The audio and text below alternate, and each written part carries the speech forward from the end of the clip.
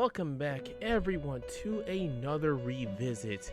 So this week we have Castle in the Clouds, and my god, this game really fucking needs it.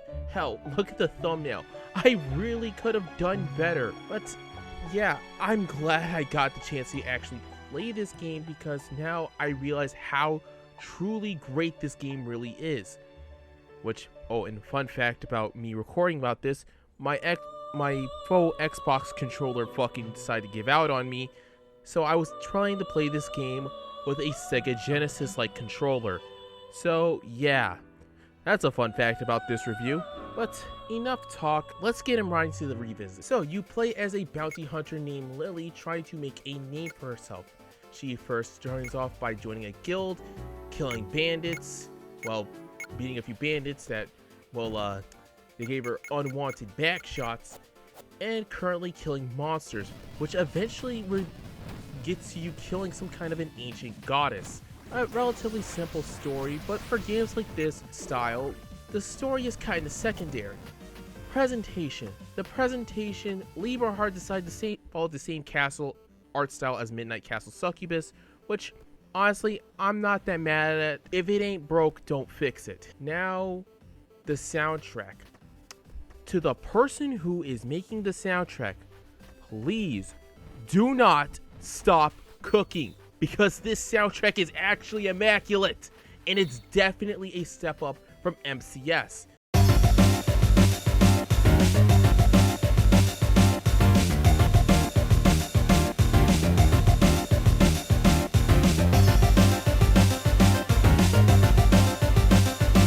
And if you're wondering about the overall sound effects, I like how you even improve upon that.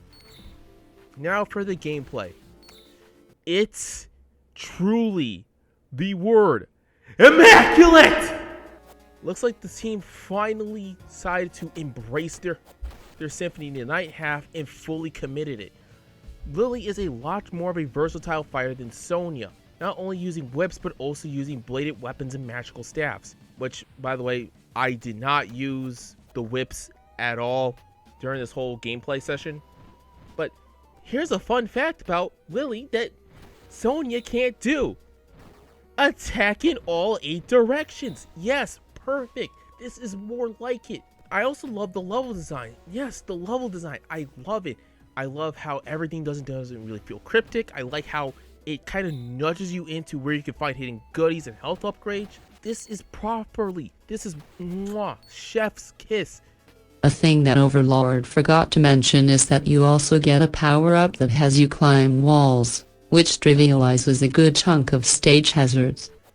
And surprisingly, the enemies are a lot more better. I mean, don't get me wrong, there are annoying enemies like the bats and falcons, Medusa heads, Jesus Christ, and the bandits can get fucked as well, but other than those 4, none of them really screamed out cheap. Same for the bosses. They're an actual decent challenge, and I only died once to a few of them, outside of the first boss, which I think I died like 4 times, but yeah. And every time when I did beat a boss, I got a sense of accomplishment. Yes! Yes! Yes! Finally, this is perfect. Perfect. Everything down to the last minute details. Out of all the Lieber Teishu Succubus games I've played, well, this is still overall the better package. In fact, if you really want to get a game from these guys, I'd say get this one. It's easily in my recommendations. In fact, it's probably a fairly gold standard in these kinds of games. But I think that's all the talking I can really do. Until then, everyone, good night and good luck. If you enjoyed this video, please like, share it with your friends, subscribe, and hit the bell for both uploads and community posts. Also be sure to follow Overlord on X and Pixiv.